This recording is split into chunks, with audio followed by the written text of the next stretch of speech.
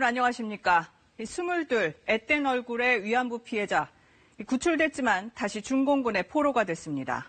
이 만삭의 위안부 피해자로 알려진 고 박영심 할머니의 구출 당시 영상 어제 KBS가 단독으로 전해드렸는데 오늘 50여 초 분량의 발굴 영상 전체를 공개합니다.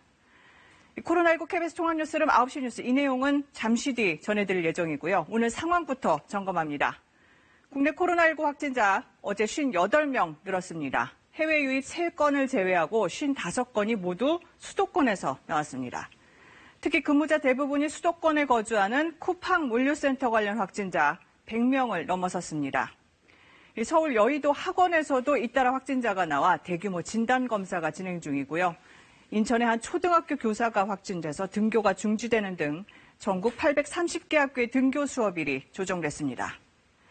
교육부는 다음 주 수요일 3차 등교 수업은 예정대로 진행하지만 수도권 등교 인원을 줄이기로 했습니다. 쿠팡 물류센터에서 보셨듯이 다중이용시설에서 한 명만 확진 판정을 받아도 급속하게 전파가 진행되죠. 이 전파 고리를 끊기 위한 물류센터 방역 지침도 추가로 나왔습니다. 앞으로 2주가 고비라는 게 방역당국의 진단입니다. 첫 소식 김유대 기자가 보도합니다. 부천 쿠팡 물류센터에서 첫 번째 코로나19 확진자가 발생한 건 지난 24일. 직전 5일 동안 하루 평균 수도권 신규 확진자는 16명에 그쳤지만 이후 닷새 동안 2배가 넘는 하루 평균 38명의 신규 확진자가 수도권에서 나왔습니다. 2,600만 인구가 밀집돼 있는 데다 유동 인구가 많은 만큼 방역당국은 앞으로 2주가 대규모 확산 여부를 가름할 중대 고비가 될 것이라고 진단했습니다.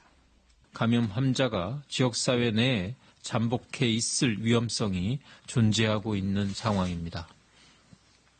특히 수도권의 인구 밀집도나 이동량을 고려할 때 이러한 유행을 조기에 차단하지 못한다면 대규모 유행으로 대규모 전수검사에서 음성 판정이 다수 나왔다 하더라도 잠복기가 남아있어 안심할 수 없기 때문입니다.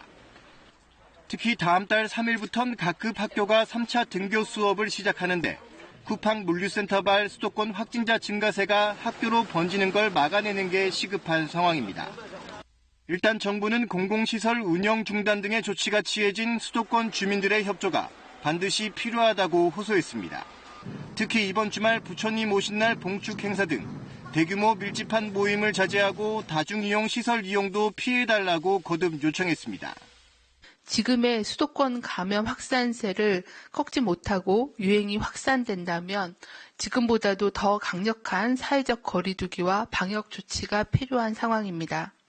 한편 방역당국은 쿠팡 물류센터 작업장에 있는 노트북과 키보드 등 사무용품에서도 코로나19 바이러스가 검출됐는데 공용 물건을 통해 감염이 전파됐을 가능성은 있지만 택배로 인한 감염의 위험성은 현저히 떨어진다고 설명했습니다. KBS 뉴스 김유대입니다.